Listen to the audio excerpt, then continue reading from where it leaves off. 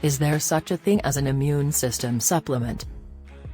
Many people wonder about the existence of an immune system supplement. Is there really such a supplement? Well, if you go to your health food store and start searching for an immune system supplement, you may be hard-pressed to find one. Instead, you need to look towards research, and discover which products or substances have been proven to boost the immune system, which, in effect, could be considered as an immune system supplement. A great deal of research has been conducted on the various supplements that are used in bodybuilding. Some of that research has yet to be conclusive, while other portions of that research have already given us conclusive proof regarding different factors of how supplements affect the human body, and bodybuilding in particular.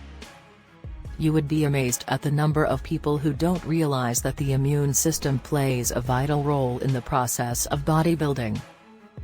While light exercise actually strengthens the immune system, the harsh exercise that bodybuilders do can actually weaken it. Bodybuilders put a great deal of stress on their bodies, and in response, this stress weakens the immune system. So, naturally, as a bodybuilder, it is important to consider an immune system supplement to prevent this from happening.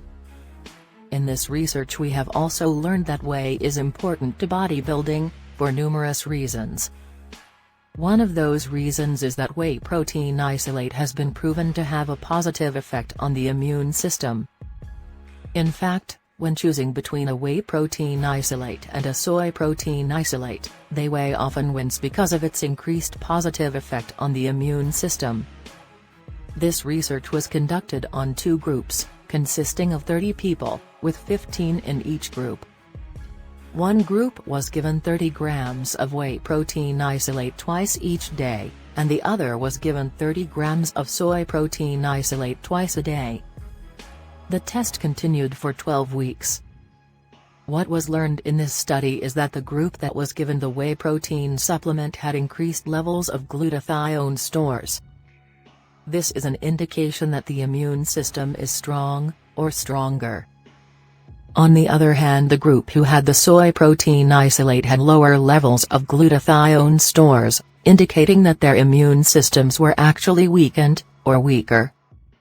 The study also concluded that the soy protein isolate group had a decrease in the T4 thyroid hormone.